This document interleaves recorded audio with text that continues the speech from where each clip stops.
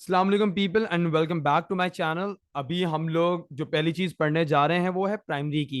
Sir ये primary की किस तरह की बला है और इसके अंदर क्या गेम्स हैं? बेटा प्राइमरी की का क्वेश्चन जो है ऑलमोस्ट हर साल हमारे सामने अपीयर होता है। और इसके बारे में अगर आप समझना चाहो तो कुछ इस तरीके से लिखा जाता है। अ फील्ड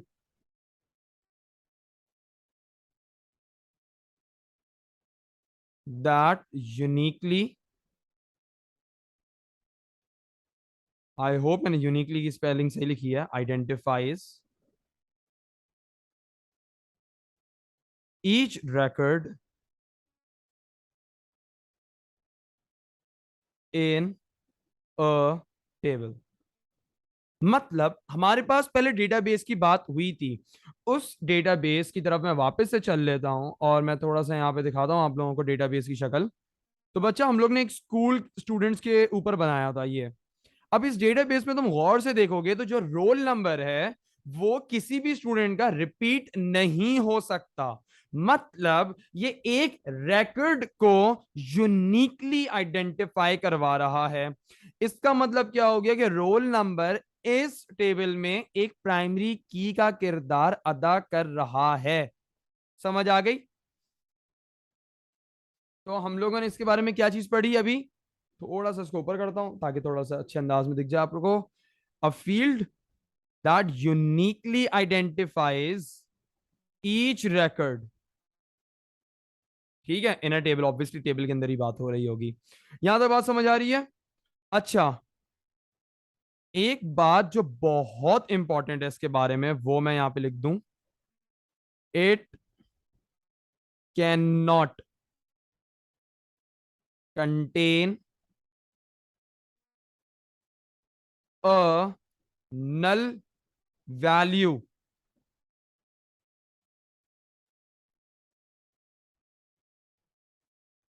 आप इसके अंदर नल वैल्यू नहीं रख सकते क्योंकि उस रिकॉर्ड को फिर आप वो उसको यूनिकली आप निकालोगे किस तरीके से?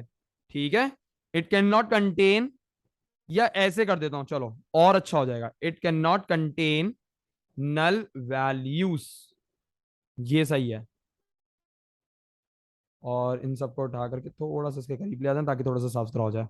It can not contain null values, यहां तक बात क्लियर हो जाती है। जैसे ये बात क्लियर हो गई है तो हम अपने अगले पॉइंट की तरफ चल लेते हैं जो कि हैं डेटा टाइप्स।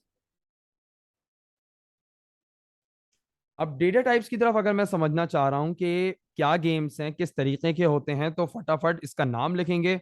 बच्चा लोग फटाफट हम मुझे फॉलो करते रहिएगा इस पूरी वीडियो में ताकि आप अच्छे अंदाज में सीख लें कि डेटा टाइप्स में क्या गेम्स हैं। डेटा टाइप्स, भाई data types as I call it every time it is the family. सही है, family of data, of different data. सही है। सर कहना क्या चाह रहे हैं? यार हमारे पास दो तरह की चीजें थी। पहले था सूडो कोड, अस्तगफिरुल्लाह इतना गंदा लिखा हुआ है। First we use to have pseudo code, ठीक है, जो आप लोग प्रॉब्ली पहले पढ़ चुके होंगे। और अब आया हुआ है डेटाबेस। तो इनके अंदर बीच में ना एक, कह लें कि काफी हद तक हम कंपैरिजन कर सकते हैं और सिमिलैरिटीज भी निकाल सकते हैं और डिफरेंसेस भी निकाल लेंगे इंशाल्लाह। तो सबसे पहली चीज थी आपके पास यहां पर इंटेजर।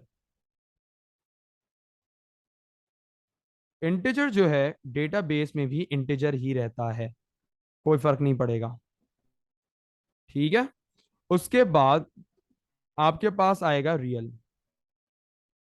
रियल अगेन वही चीज रह रही है, कोई फर्क नहीं पड़ रहा। एग्जैक्टली वही चीज है, सही है, कोई फर्क नहीं आ रहा। जो डेफिनेशन आपने सूडो कोड में इंटीजर और रियल की पढ़ी थी एग्जैक्टली वही अप्लाई हो रही होती है। Then comes Boolean. बुलियन भी वैसे का वैसे ही रह रहा होता है। बुलियन भी डेटा टाइप हो गई इसकी। हम लोग रिलेट करते हुए पढ़ रहे हैं तभी हम लोगों को आसानी होगी कि क्या गेम्स चल रहे हैं इसके अंदर। अच्छा, बुलियन के बाद जो है हमारे पास आ रहा होता है कैरेक्टर। चलो कैरेक्टर, अच्छा जी, कैरेक्टर यहां पे भी कैरेक्टर ही रहता है। ठीक है, और मैं अभी इन सब की एग्जांपल्स लिख लूंगा। फिर आता था स्ट्रिंग। स्ट्रिंग बेटा यहां पे दो तरीकों से टूट जाता है, या तो आप इसको टेक्स्ट कहोगे या फिर ये अल्फा न्यूमेरिक बन जाएगा, अल्फा न्यूमेरिक। सर इनकी एग्जांपल्स तो बता दें बेटा, एक मिनट रुक जाए, बस मैं बता रहा हूं, थोड़ा सा रुक जाएंगे, सबर कर लेंगे। Last comes date. डेट वहां पे भी था, और डेट आपके पास यहां पे भी आ जाएगा। ठीक है जी। ऑल दो डेट जो है वो, जब मैं बात करता हूँ सूडो कोड में, वो बेसिक डेटा टाइप्स में नहीं आती, वो एक डिराइव्ड डेटा टाइप है। लेकिन खैर, आपके पास इन सब की एग्जांपल्स लिख देते हैं।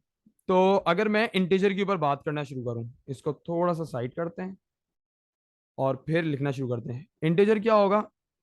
+2, 0, -2।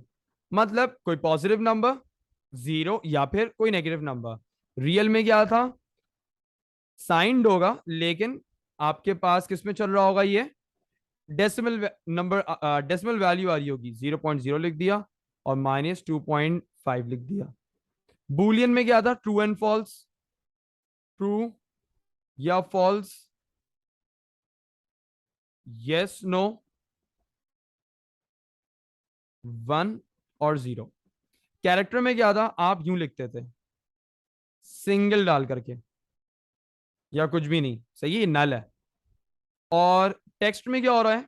अब देखो, डेटाबेस में जो टेक्स्ट है ना, उसमें यहां पे फर्क आ जाएगा। जैसे यहां पे तो था कि हम लोग सिंगल डालते थे, ए, और अगर स्ट्रिंग हो रहा हो ए बी लिख दिया तो मुझे यूं डबल डालने पड़ते थे, है ना?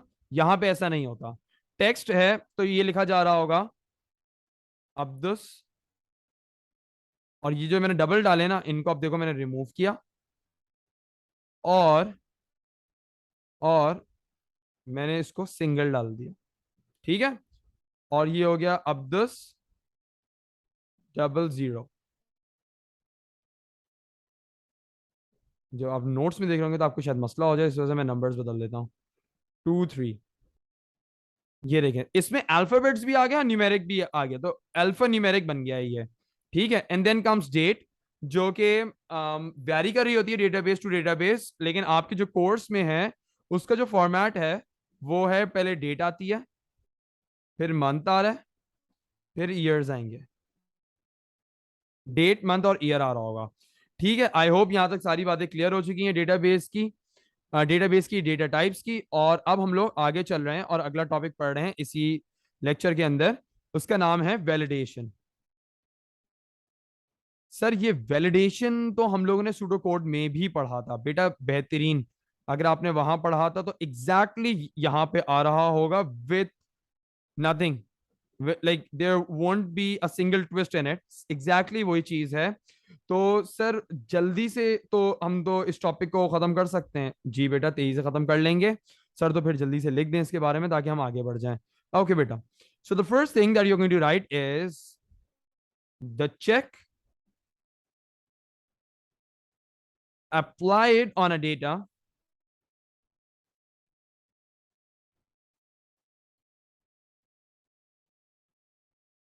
against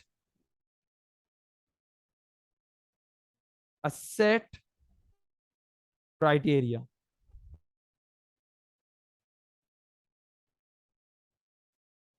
मतलब एक चेक लगाया गया है, किसके ऊपर? डेटा के ऊपर।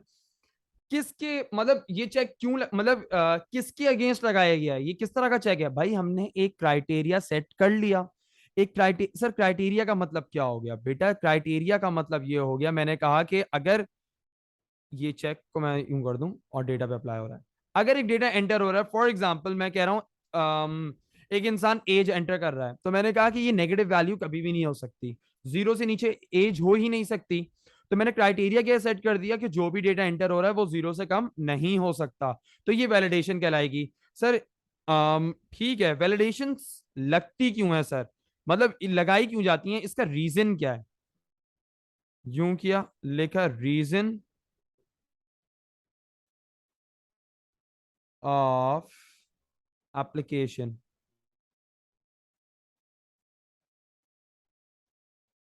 रीजन क्या है? तो रीजन जो है बेटा बहुत सिंपल सी है, तेजी से समझ भी लेंगे। भाई ये लगाई जाती है ताकि आप इंश्योर कर सको कि आपका जो डेटा जो आपने एंटर किया है वो, जो आपने डेटा एंटर किया है वो एक्यूरेट है। यार गंदा लिख दिया, मतलब स्पेलिंग गलत दी। एक्यूरेट है, या फिर, या फिर नहीं, और उसमें क्लैरिटी है, और जो लास्ट चीज आएगी वो आएगी स्पेसिफिसिटी ऑफ डेटा। स्पेसिफिक है, जो बात की गई है वो ही, जो सेट किया गया क्राइटेरिया, जिस चीज ने जहां पे आना था स्पेसिफिकली वही चीज वहां पे आई है। तो वैलिडेशन की एप्लीकेशन का आपको रीजन मालूम हो गया, ठीक है। और इसके हवाले से आपने दीगर जितनी भी बातें थी वो समझ ली। इसको मैं थोड़ा सा इस तरीके से कर लेता हूँ, और इसका जो ये है थोड़ा सा बढ़ा देता हूँ। यहाँ तक बात क्लियर हो गई। यहीं पे हम लोग अपना ये वाला लेक्चर खत्म करते हैं और अगले लेक्चर में मिलते हैं, आगे पढ़ेंगे। तब तक के लिए अल्लाह हाफिज।